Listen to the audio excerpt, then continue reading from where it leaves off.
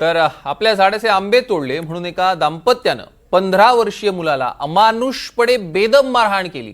ही घटना घडली आहे बदलापूरमध्ये आणि सगळा प्रकार सीसीटीव्ही मध्ये सुद्धा कैद झालाय।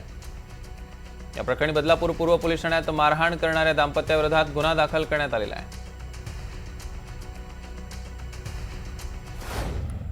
सोसायटीच्या परिसरामध्ये माझा मुलगा खेळत असताना म्हणजे त्याच्या मित्रांसोबत खेळत होता आणि मग दोघांनी येऊन त्याला इतकं लाथाबुक्क्यांनी इतका अमानुषपणे कंटिन्यू 3 मिनिटापर्यंत ते दोघे नवरा बायको मारत होते।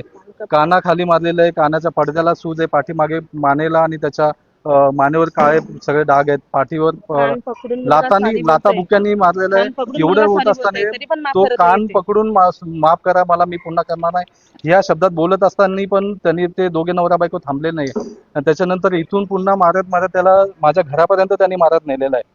ही सगळी घटना सीसीटीव्ही मध्ये कैद झालेली आहे आणि ह्या विरोधामध्ये त्यांच्या विरोधामध्ये आम्ही बदलापूर पूर्व पोलीस स्टेशन मध्ये गुन्हा नोंद केलेला आहे।